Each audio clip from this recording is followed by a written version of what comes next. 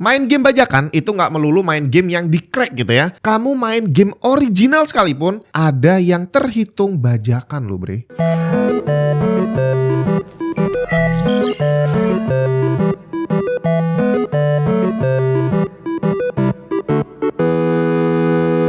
Buat yang lagi hunting komponen PC, bisa coba mampir ke tokonya Tech and Tips. Scan aja barcode ini atau klik link yang ada di deskripsi, terus cek katalognya. Ada beberapa komponen mantan review, ada yang baru, ada merchandise Tech and Tips, dan mau ngerakit PC juga bisa sekalian di sana. Konsultasi gratis, bre. Ya, yang namanya game bajakan itu kayaknya memang nggak mungkin bisa dihindari, apalagi sekarang harga game udah semakin gila. Game AAA begitu rilis harga 1 jutaan, bre. Kita udah capek-capek nabung, ngerakit PC seharga 7 juta, gamenya 1 juta. Beli game 7 biji, udah bisa ngerakit PC baru bre. Nggak masuk akal lah kalau kita itu gitu kan secara duit gitu ya. Akhirnya buat banyak orang membeli game original itu nggak bisa jadi pilihan sama sekali. Jadi terpaksa nih ya mereka mendedikasikan diri untuk selalu main bajakan apapun alasannya. Tapi jangan salah, buat kamu yang main game original itu tidak semuanya dianggap original. Ada juga yang tetap terhitung sebagai bajakan. Yang kayak gimana kita akan bahas semuanya hari ini adalah tentang serba-serbi game bajakan. Dulu saya udah pernah bikin videonya tentang pembajakan game yang menurut pengamatan saya itu nggak bisa dibilang merugikan developer game. Jadi kalau ada developer game yang bilang bahwa akibat pembajakan terus perusahaan kami merugi sampai sekian puluh atau sekian ratus juta US dollar, iya kalau buat saya itu adalah pernyataan yang agak misleading gitu ya. Secara logika kalau kita kembali ke tadi orang yang main game bajakan dan memang pasti main game bajakan nggak mungkin original, itu artinya mereka dengan alasan apapun tidak akan membeli gamenya. Jadi walaupun gamenya nanti dibuat nggak mungkin bisa dibajak, ya tidak akan ada pengaruhnya karena mereka tetap nggak akan beli. Jadi kalau si pembuat gamenya bilang gara-gara orang yang main game bajakan ini mereka jadi rugi, ya nggak bisa juga karena toh saat tidak dibajak, ya nggak mampir juga untuk beli. Ibaratnya nih ya,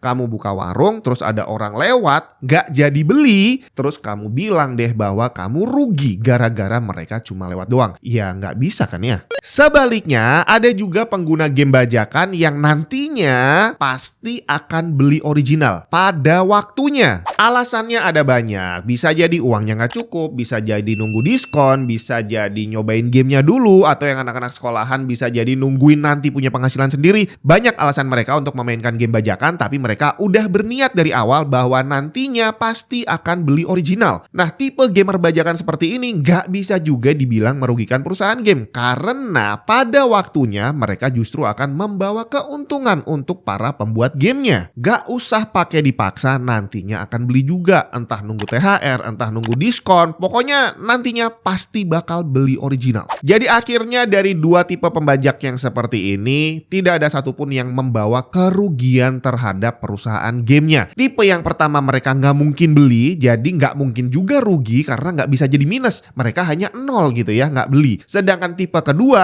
pasti akan plus, pasti akan beli. Nah, minggu lalu saya buka polling kecil-kecilan tentang hal ini dan saya udah pantau nih dari sejak awal pollingnya mulai sampai masuk beberapa ribu hasil polling, itu secara prosentase hampir tidak ada perubahan.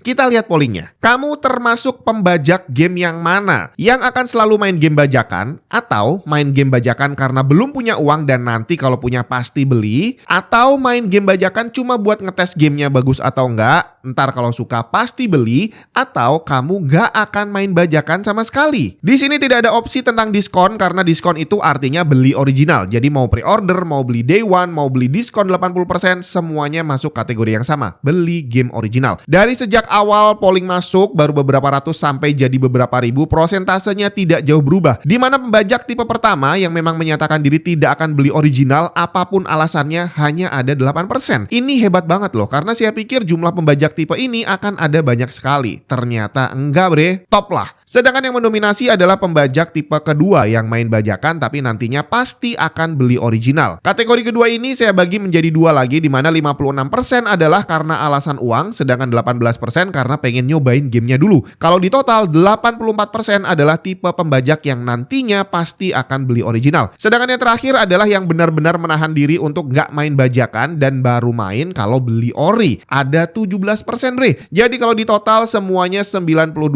gamer yang ikut polling ini pasti beli original pada waktunya. Kalau disimpulkan, 92% peserta polling pasti akan membawa keuntungan kepada pembuat game, sedangkan 8% tidak berdampak apapun, tidak bikin perusahaannya minus, tapi zero. Karena tadi, orang yang hanya lewat dan gak jadi beli tidak bisa dihitung sebagai kerugian. Mau beli mechanical keyboard tapi rasanya kok udah jadul ya? Makanya beli magnetic keyboard aja bre. Asus ROG Falcon Ace HFX, keyboard 65% yang menggunakan analog magnetic switch ROG HFX, menawarkan respon instan dengan customizable actuation 0,1 sampai 4 mm.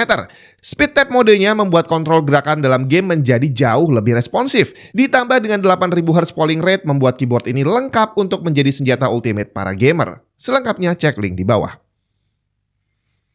Nah, sekarang kita masuk ke bagian di mana main game original tetapi dihitung sebagai game bajakan. Gimana ceritanya? Jadi kalau kita lihat polanya ini tadi, akhirnya kita bisa menyimpulkan, atau at least saya lah yang menyimpulkan, bahwa istilah kerugian yang disebutkan sama para pembuat game itu bukan merujuk pada minus. Minus itu berarti kalau saya beli barang harga 1000, saya jual ternyata cuma laku 800. Itu minus, saya rugi gitu ya. Tapi para pembuat game ini enggak bre. Yang disebut mereka sebagai kerugian itu sebenarnya adalah potensi penghasilan yang nggak jadi masuk. Atau bisa disebut juga bahwa ada orang yang memakai produknya tapi duitnya nggak nyampe ke mereka. Salah satunya adalah karena gamenya di-crack, dibajak. Akhirnya orang bisa main tapi duitnya nggak nyampe ke pembuat gamenya. Akhirnya membajak game dengan cara nge-crack ini tadi dianggap ilegal. Karena kita sebagai gamer bisa menikmati gamenya tapi nggak keluar duit sama sekali. Atau at least duitnya nggak sampai ke si pembuat game. Nah, di sini berarti intinya adalah tentang duitnya nggak nyampe tadi bre. Jadi salah satunya adalah dengan gamenya di-crack, duitnya nggak nyampe. Tapi ternyata ada banyak cara lain di mana kita bisa mainin gamenya tanpa crack tapi duitnya tetap nggak nyampe ke sana. Contohnya adalah sewa game. Emang ada banyak coy. Nyewa ini bisa nyewa gamenya, fisiknya, disknya, bisa nyewa akunnya orang, bisa nyewa konsolnya orang. Tapi intinya kita nggak beli gamenya. Kita bayar ke orang lain yang bukan pemilik gamenya. Dan hal ini ternyata dilarang sama mereka. Karena apa? Karena duitnya nggak sampai ke mereka bre. Dan beneran ditulis loh. Saya udah pernah bahas di video yang berbeda. Kalau mau nonton silahkan di sana. Tapi singkatnya adalah, saya ambil contoh license agreement PS5. Di sini kita tidak boleh menyewakan PS-nya. Sedangkan untuk gamenya kita ambil contoh Final Fantasy 15 yang juga menyebutkan bahwa kita tidak boleh menyewakan gamenya. Dan lebih jauh lagi, tidak boleh menggunakan gamenya secara komersial. Semua pasal tadi jadi satu dengan pasal pembajakan yang juga dilarang. Artinya menyewakan game punya kadar pelanggaran yang sama seperti membajak gamenya. Terus ada satu cara lagi main game original tapi dengan cara yang ilegal. Share account. Tapi share account yang dimaksud di sini adalah share account yang di luar ketentuan yang diperbolehkan. Karena sharing account ada yang diperbolehkan bre. Hari gini jangan sampai ketahuan kalau Windows kamu bajakan. Malu bre. Paling aman sih beli original aja. Di cdkeySales.com kamu bisa beli Windows original dan dapetin diskon tambahan dengan menggunakan kode voucher TNT saat pembelian. Pembayaran bisa dilakukan menggunakan GoPay maupun OVO. Setelah pembayaran selesai, kamu akan dapat serial number yang bisa langsung digunakan untuk mengaktifasi Windows kamu. cdkeySales.com juga menyediakan game dan software original lain seperti Microsoft Office. Selengkapnya cek link di bawah. Contohnya, kalau saya punya PS5